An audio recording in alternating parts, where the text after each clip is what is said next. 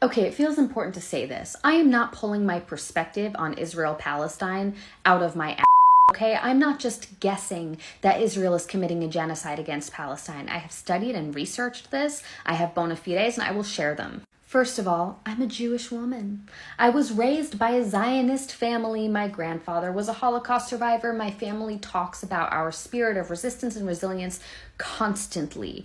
Desiring goodness from the nation of Israel is in my blood, and still, I can see that this Zionist state is vicious, violent, and evil.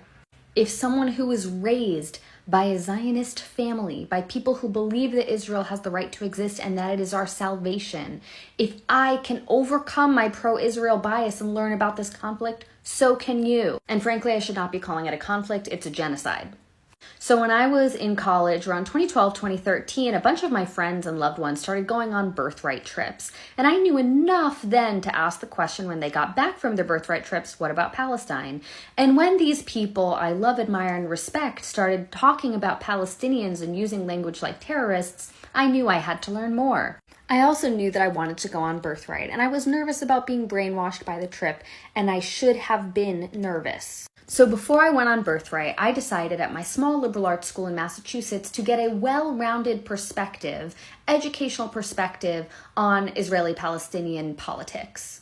I took 4 courses: Suffering and Evil in the Jewish Tradition, the Jewish Experience, Middle East Politics, and Arab-Israeli Conflict. I also took international and comparative politics courses that often brought up Israel and Palestine in comparisons to, for example, apartheid South Africa. And by the time I finished my ample coursework on the subject before I went on birthright, I was already pro-Palestine. Because once you are in the literature, once you are in the research, not the media stories about this, not the pro-Zionist rigmarole on CNN and MSNBC, once you are in the literature and the data, this isn't a debate. This isn't a question. People talk about Israel-Palestine like it is incredibly complicated, and I reject that premise. It is not. We know that anti-Semitism exists globally, right? We know that Jews are not the most beloved population in the world.